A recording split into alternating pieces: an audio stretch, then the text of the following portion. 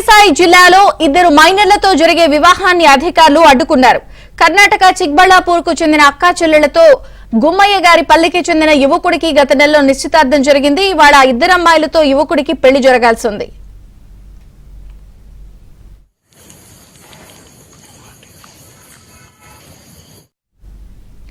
మైనర్లైన అక్కా చెల్లెళ్లతో యువకుడి పెళ్లి పత్రిక సోషల్ మీడియాలో వైరల్ అయింది. పెళ్లి పత్రిక అధికారుల దృష్టికి వెళ్లడంతో మైనర్లతో పెళ్లి చట్ట విరుద్ధమంటూ కౌన్సిలింగ్ నిర్వహించారు. దీంతో పెళ్లి వాయిదా పడింది.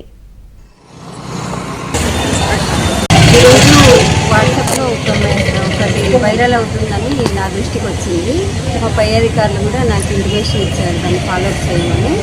అక్కడికి వెళ్ళి చూస్తే ఇక్కడ ఎంక్వైరీ చేశాం. మా ఇంటి దగ్గరికి నా సీఎం పోస్ట్ అంటే మన గ్రామవాడి సచివాలయం వాళ్ళ టీం కూడా తీసుకెళ్ళాను. నాతో పాటు తీసుకెళ్తే అక్కడ తెలిసిన విషయం ఏంటంటే అమ్మాయిలు ఇద్దరు మైనర్లు అని తెలిసింది.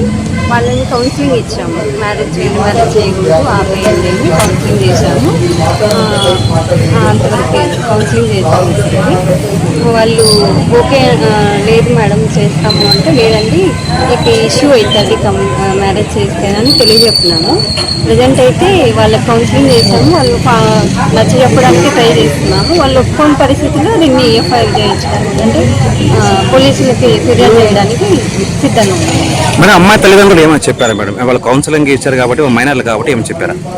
లేదండి వాళ్ళు మేజర్లని వాదించారు. కాకపోతే మనం సర్టిఫికేట్స్ అని వెరిఫై చేశాము. మైనర్లని తెలిసింది కాబట్టి మైనర్ బాలికలకు వివాహం చేయకూడదు చట్టరీత్యా నేరం అనేది వాళ్ళకి సాధ్యమైనంత వరకు పేరెంట్స్ని కన్విన్స్ చేయడానికి